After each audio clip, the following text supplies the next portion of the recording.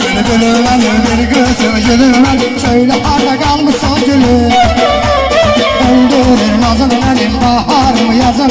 söyle harda kalmışsan gülüm Şeyda bülbülüm baharımı yazım söyle harda kalmışsan gülüm öldürür yazım baharımı nazım söyle harda kalmışsan gülüm sen benim karayken şirin söyleyeyim zaten sevgilim sen benim yürüyen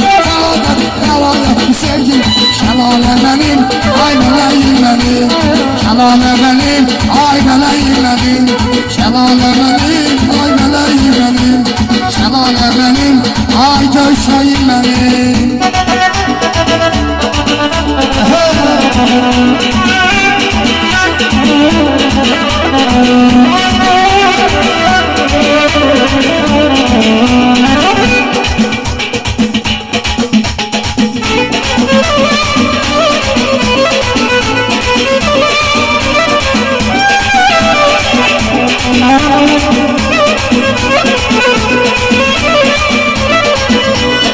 Şeyda bülbülümden bir gözüm gülümden söyle harda kalmışsan gülüm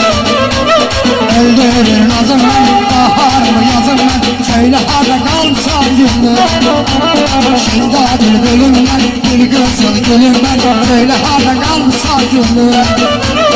öldürür yazımdan baharımı yazımdan söyle harda kalmışsan gülüm sen benim kara gözleyince benim şirin bir sevgilim